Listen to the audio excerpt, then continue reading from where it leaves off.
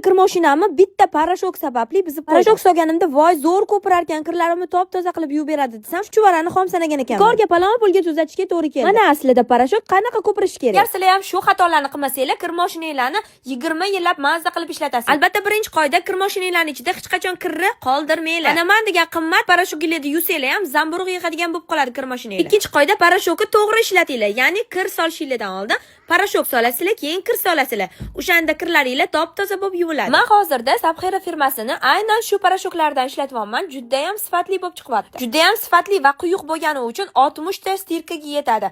3 litrli hajmda juda ham barakali. Agarda sizlar Sabxira firmasini parashoklarini ishlatadigan bo'lsanglar, tez orada boyib ketasiz. Ya'ni 3 v 1 bo'lganligi uchun ortiqcha konditsioner hid beradigan olmaysizlar. Hammasi shu parashokka ichida. Shu kunlarda sizlar uchun mazza qilib ishlatayotgan Sabxira firmasidan yanada yengillik, anti-nalyot, anti-jil, anti-rafchina. Xullas hammasidan bor. Ishlatilishi menga juda ham yoqdi. Perchatkasiz ishladim. Unaqa o'tkir hidi ham yo'q. Albatta ortiqcha maqtamayman, o'zingizlar baho beringlar. Juda ham o'zini sevuvchi opa-singillarimiz uchun juda ham zo'r layfhak. Unitazga qo'linglarni tekkizmasdan, ya'ni Sabxirani anti-rafchinasini olasizlar, solasizlar.